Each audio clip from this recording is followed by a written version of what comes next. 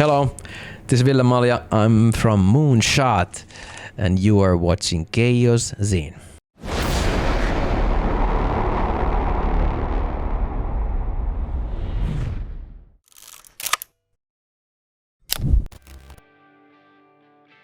My first album and artist is Back in Black by AC/DC.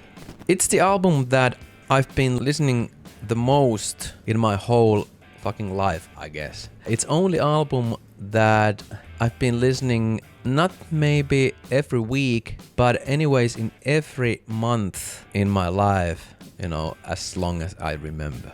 I love everything about Back in Black album. I love the music, of course.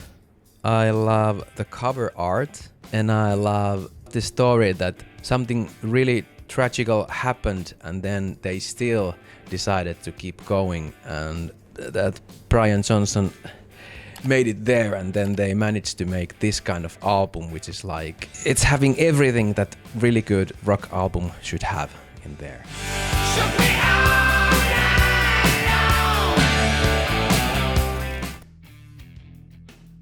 Second one is Tool Anima. It's been released in '96, which means that I've been 15 years old when that record came out. It was that time in my life that I'm eager to get every kind of influences and stuff. I remember when I heard it for the first time, I didn't even realize that how big impact it'll make for me. First times I listened the Anima through, I was more than disappointed because I didn't get it, what it's about. And before that I had been listening something like Bad Religion and NoFX and punk rock bands. And then Anima came to my life and it changed literally everything, because it started this kind of era in my life that I started to listen that kind of music that you really have to concentrate when you are listening. Before that, I think that I wasn't like ready for this kind of concentrating and that kind of thing. So pretty much pushed this first domino piece that I've been leaning toward nowadays still.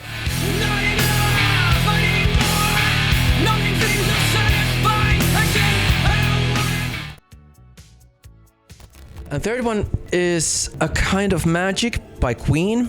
To be honest, when I started to listen Queen, the first album was Greatest Hits or something like that. There was really good songs. Many of those were taken from the album A Kind of Magic. I remember that I was something like 16, 14, I don't know, 17. I was having this black leather belt, and it was AC/DC belt. and I was having this Walkman cassette player in where I was listening Queen always when I was running. I lived in the woods, really, far away from the city, and we didn't have any street lamps or something like that. So basically I was running, nighttime. It was like in a totally darkness, and I was listening Queen and having those AC/DC leather belt on me. But still, it's like Queen has always been one of my, favorite bands all time.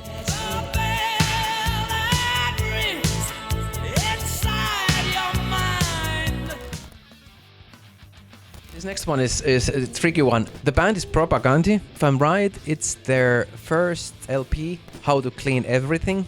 I've been really big fan of punk rock, and punk rock for me means bands like Bad Religion, Propaganda, NoFX, Pennywise, whatever, that kind of bands. When I was a teenager, there wasn't like Spotify and stuff like that, so you had to order things abroad. We ordered the records from US, and it was a label called Fat Records. I remember when we got this, my first band drummer Janne, who got this How to Clean Everything LP.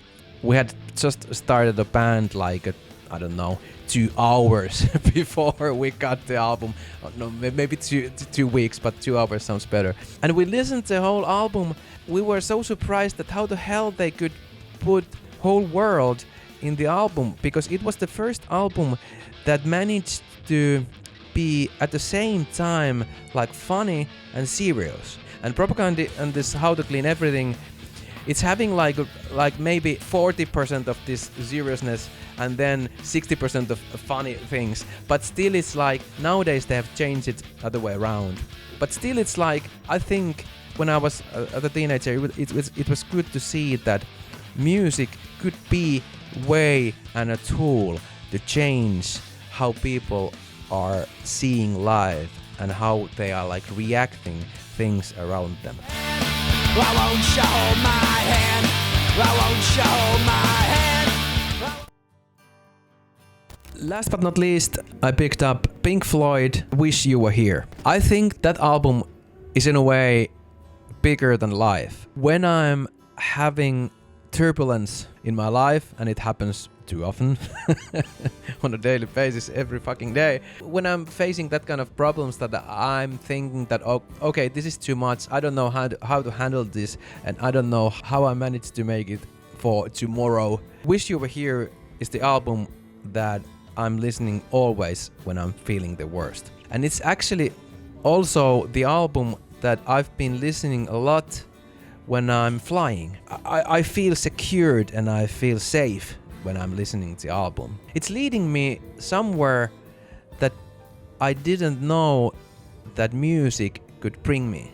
And it's like, when I listened first time, it was something like, okay, I didn't find a one door, but I found 3 doors inside of me to leading somewhere else. And it's like, I don't even wanna imagine how much drugs and whatever they have used when they have written the album, but somehow I think that it's really safe way and healthy way to get this same kind of amount of this dose and those drugs by listening it without doing those things yourself. How I wish